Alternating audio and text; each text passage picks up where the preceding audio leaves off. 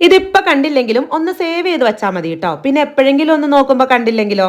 അപ്പോൾ അതൊരു കുക്കറിലേക്ക് 2 വലിയ സവാള നൈസായിട്ട് അരിഞ്ഞതും 2 പച്ചമുളകും കറിവേപ്പിലയും 1/2 ടീസ്പൂൺ ഇഞ്ചി വെളുത്തുള്ളി പേസ്റ്റും ഇത്തിരി ഉപ്പും 2 ടേബിൾ സ്പൂൺ വെളിച്ചെണ്ണ ഒഴിച്ച് കൈ വെച്ച് നല്ല പോലെ തിരുമി ഉടച്ചിട്ട് അതിലേക്ക് 1/4 ടീസ്പൂൺ മഞ്ഞൾപ്പൊടിയും 1 ടേബിൾ സ്പൂൺ മല്ലിപ്പൊടിയും 1/2 ടീസ്പൂൺ വീതം മുളക് പൊടിയും മീറ്റ് മസാലയും പിന്നെ ഒരു ഇത്തിരി പെരിഞ്ചീരകം ഒന്ന് കുത്തിച്ചതച്ചതും ഇട്ട് വീണ്ടും നല്ല പോലെ മിക്സ് ചെയ്തിട്ട് ഇതിലേക്കൊരു 1/2 കപ്പ് വെള്ളം ഒഴിച്ച് കുക്കർ അടച്ച് ഒരു 3 വിസില് തുറന്നു നോക്കുമ്പോൾ ദാ വഴറ്റിയ പോലെ ആയിട്ടുണ്ട് കേട്ടോ. ഇനി ഇതിലേക്ക് പുഴുങ്ങി വെച്ചിരിക്കുന്ന 5-6 മുട്ട ഇട്ട് കൊടുത്തിട്ട് കൂട്ടത്തിൽ 1/4 ടീസ്പൂൺ കുരുമുളക് പൊടിയും കൂടി ഇട്ട് നല്ല പോലെ ഒന്ന് മിക്സ് ആക്കിയതിന് ശേഷം ഒരു 1/2 കപ്പ് നല്ല കട്ടി തേങ്ങാപ്പാലം ഒഴിച്ചു കൊടുക്കാം.